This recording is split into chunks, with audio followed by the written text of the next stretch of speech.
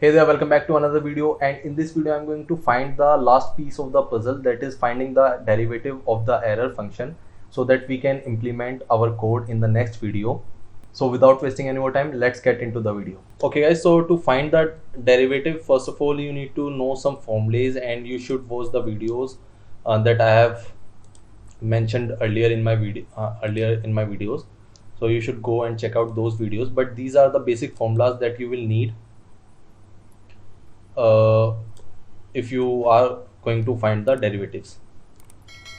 Okay, and I've made some notes because I cannot write all of these formulas by my mouse, and it is very difficult to write by mouse. So the first formula is the power formula, that if you will have a power of a function, then how you can change things like that. If you The second formula is for the multiplication, the third formula is for the division, and the fourth formula is the chain rule. So you have to learn all of these, at least remember the formula. Okay, now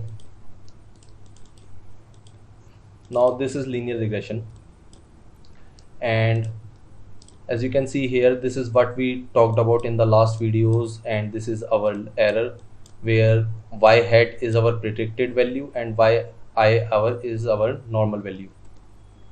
So you can also represent this loss as like this: 1 upon m sigma of y hat minus yi ka whole square. And you can take theta as a vector of theta 0 and theta 1. So our formula is going to be, let me just rub them.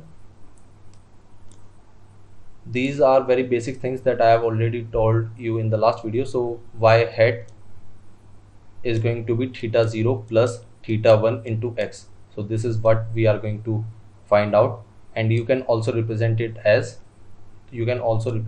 this as h of theta of x. Basically you can say this as hypothesis. This is our hypothesis. Now after that, we talked about this function, formula, that is theta equal to theta minus gradient of theta. This is the sign for the gradient, and we are finding the gradient of the gradient of basically the error function. So our error is j theta that we saw here, and we are finding that error gradient on the basis of the theta. Now this j theta can be represented as theta 0 and theta 1. So let's see how we are going to make this right. So first of all, this is our formula. Let's take because our formula was 1 upon m summation of I equal to 1 to m, and our formula was like this, that y hat minus yi minus yi ka whole square. This was our formula, and we have put it our y hat value here, that is theta 0 plus theta 1 into x. Now we are going to do the differentiation on the basis of theta 0. So what we are doing here, basically we are getting the value of gradient, gradient of theta 0. This value is going to help us find the actual theta 0. Okay, so if you will apply the gradient rule, this 2 will come out here. So now we are as we are differentiating on the basis of theta 0, we will have our values like normal. So it will be like this, and this is the gradient. Basically you should know how to find the gradient.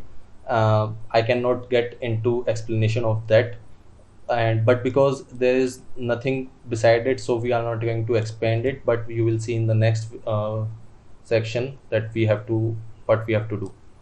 So this was the gradient of the theta with respect to the theta 0. So this is going to help us, the value that will be generated by this function is going to help us update the value of theta 0.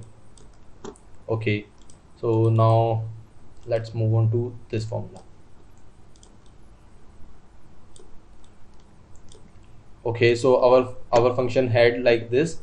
Our function was 1 upon m sigma I equal to 1 to m. This was theta 0 plus theta 1 xi minus yi whole square. So this was our formula, and in this part we are getting our differentiation on the with respect to theta 1. So what it is going to do, theta 0 is going to be basically this 2 is going to come here, then theta 0 is going to be same because we are differentiating with respect to theta 1, so it is not going to change anything. Then theta 1 x1 is also going to be same, but we will apply the chain rule, and for that xi will also be multiplied outside here, and yi is also going to be same because again we are differentiating with respect to theta 1 and there is no theta 1 here. So this is the value that will be generated by this formula is going to help us update our theta 1. So this is pretty easy, and if you know the formula of differentiation, then you will be able to solve this very easily. And I don't know what I can explain, because first of all I need to explain a lot of differentiation, then I will be able to explain this very clearly. So you should go and learn that first. You do not have to get into a lot of details, but you just have to learn the formulas and learn how to apply them. That much you have to do if you want to understand this. So guys, this was the last piece of the puzzle, and in the next video I am going to implement our linear regression from scratch. So for that, please stay tuned and subscribe to the channel and like the video. So I'll see you next time. Thanks for watching.